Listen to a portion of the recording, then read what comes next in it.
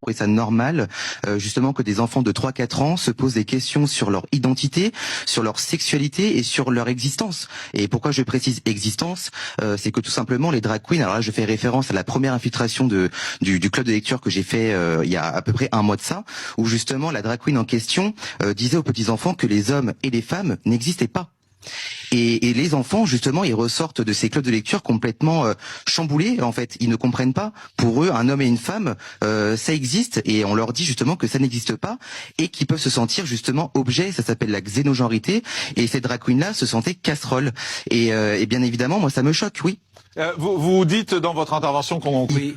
Mais du coup, l'enfant, il se pose des questions. Mais moi, je trouve ça vraiment dangereux. C'est pas l'âge. 3 ans, on n'a pas à se poser ce genre de questions-là. On leur prive de leur jeunesse. Et moi, je trouve ça extrêmement dramatique. Enfin, je suis désolé. Et je suis un homosexuel. Je suis très tolérant.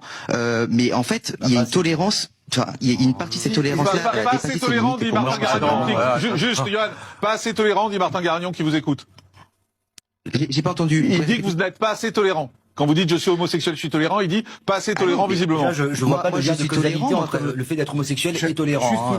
Non, excusez-moi, non mais que vous avez des problèmes. L'influenceur Johan Power juge carrément cette pratique dangereuse et est intervenu pour interrompre l'une de ses lectures, et cette histoire a provoqué un débat assez vif chez Jean-Marc Morandini aujourd'hui.